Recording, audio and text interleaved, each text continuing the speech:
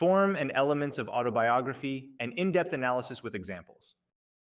Autobiography is a literary genre that entails a person's self-written account of their life, focusing on key events, experiences, thoughts, and personal growth. Unlike a biography, which is typically an objective third-party account, an autobiography is subjective, giving readers direct insight into the author's inner world. Autobiographies offer rich detail, delving into themes of identity, memory, culture, and the individual's perception of their place in the world. Autobiographies are generally written in prose, with a narrative style that is either chronological, thematic, or episodic. The form and structure often reflect the author's personality, experiences, and the specific period in which the narrative was composed.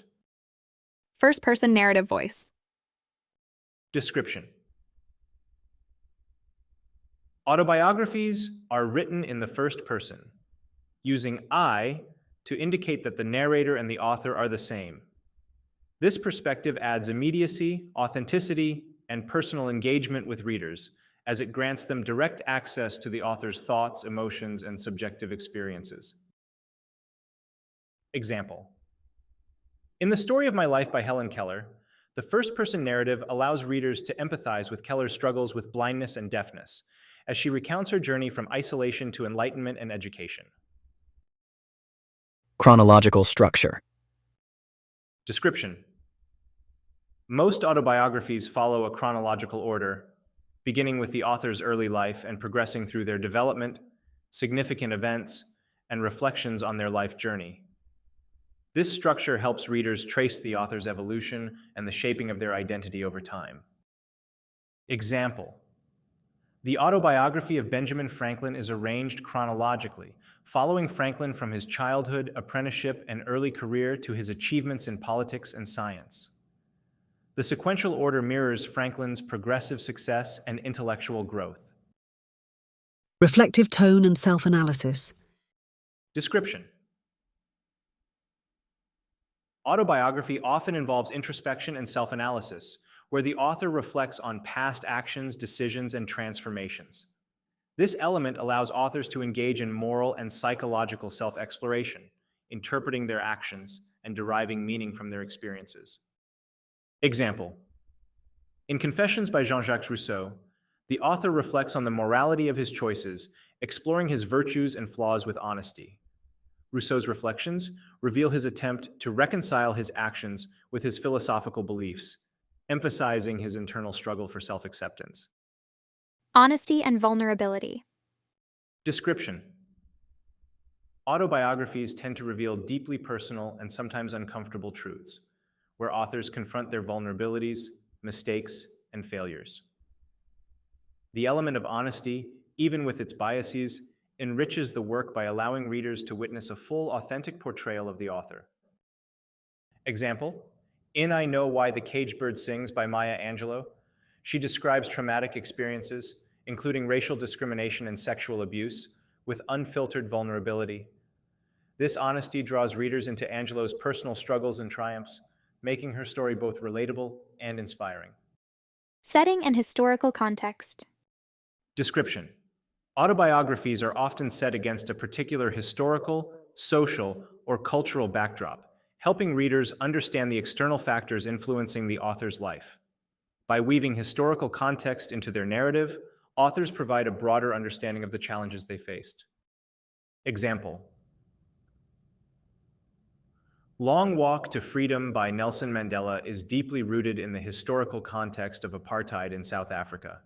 Mandela's account of his personal experiences as an anti-apartheid activist and political prisoner gives readers insight into the socio-political climate of his time, adding depth to his personal journey. Significant life events and turning points. Description. Autobiographies often focus on pivotal moments that shaped the author's life, such as accomplishments, relationships, losses, or challenges. These defining events serve as anchor points in the narrative, marking transitions in the author's life and personal growth. Example. In Dreams from My Father by Barack Obama, key events such as his first trip to Kenya to explore his father's heritage and his work as a community organizer highlight significant turning points in his identity and purpose. Imagery and descriptive language. Description. While autobiographies are based on real events, authors use imagery and descriptive language to make scenes and emotions more vivid. This literary element brings the reader closer to the author's personal world, helping them visualize settings, sense emotions, and feel the atmosphere of different experiences. Example. In Out of Africa by Isak Dinesen, the author's poetic descriptions of Kenya's landscapes paint a rich picture of the natural beauty that surrounded her.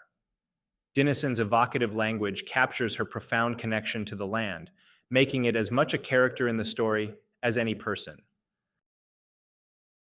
Themes and philosophical reflections. Description. Autobiographies often explore themes like identity, resilience, social justice, love, or faith. Through philosophical reflections, authors examine universal truths that emerge from their unique experiences, offering insights that resonate with a broad audience. Example. The autobiography of Malcolm X explores themes of racial identity, redemption, and activism. Malcolm X's reflections on racial justice and human rights provide a profound examination of American society, elevating his personal story to a commentary on broader social issues. Audience engagement and address. Description. Many autobiographers address their readers directly, acknowledging their presence and inviting them to interpret the story in a specific way. This creates a conversational tone, fostering a connection between the author and the reader. Example. In Narrative of the Life of Frederick Douglass, Douglass often addresses his readers to garner sympathy and support for the abolitionist movement, effectively engaging them in his mission for social change. Use of dialogue and quotations. Description. Although autobiographies are mainly recounts, they often include dialogues and quotes from significant figures in the author's life. This technique brings other voices into the narrative, making it more dynamic and offering multiple perspectives. Example. In My Life in Hard Times by James Thurber, the author includes humorous dialogues with family members and friends, showcasing the eccentricity of his surroundings and the unique personalities that influenced him. Types of autobiography. Autobiographies come in various forms based on their focus and structure. Some notable types include full autobiography, covers the entirety of the author's life, such as the autobiography of Benjamin Franklin. Memoir focuses on specific themes or periods, as seen in Maya Angelou's I Know Why the Caged Bird Sings. Spiritual autobiography deals with religious or spiritual transformation, as in St. Augustine's Confessions. Political autobiography emphasizes political ideology and activism, exemplified by Long Walk to Freedom by Nelson Mandela.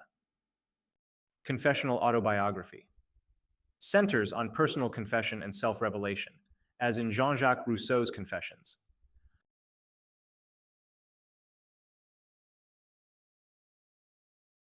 Autobiographies are deeply personal works that merge memory, narrative, and self-reflection, offering readers a glimpse into the author's inner life and the cultural or historical context in which they lived.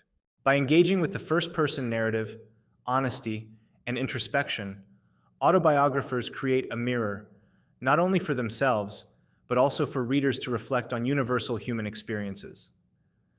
Through autobiographies, we come to understand how individual lives, when examined closely, reveal broader truths about identity, resilience, and the search for meaning.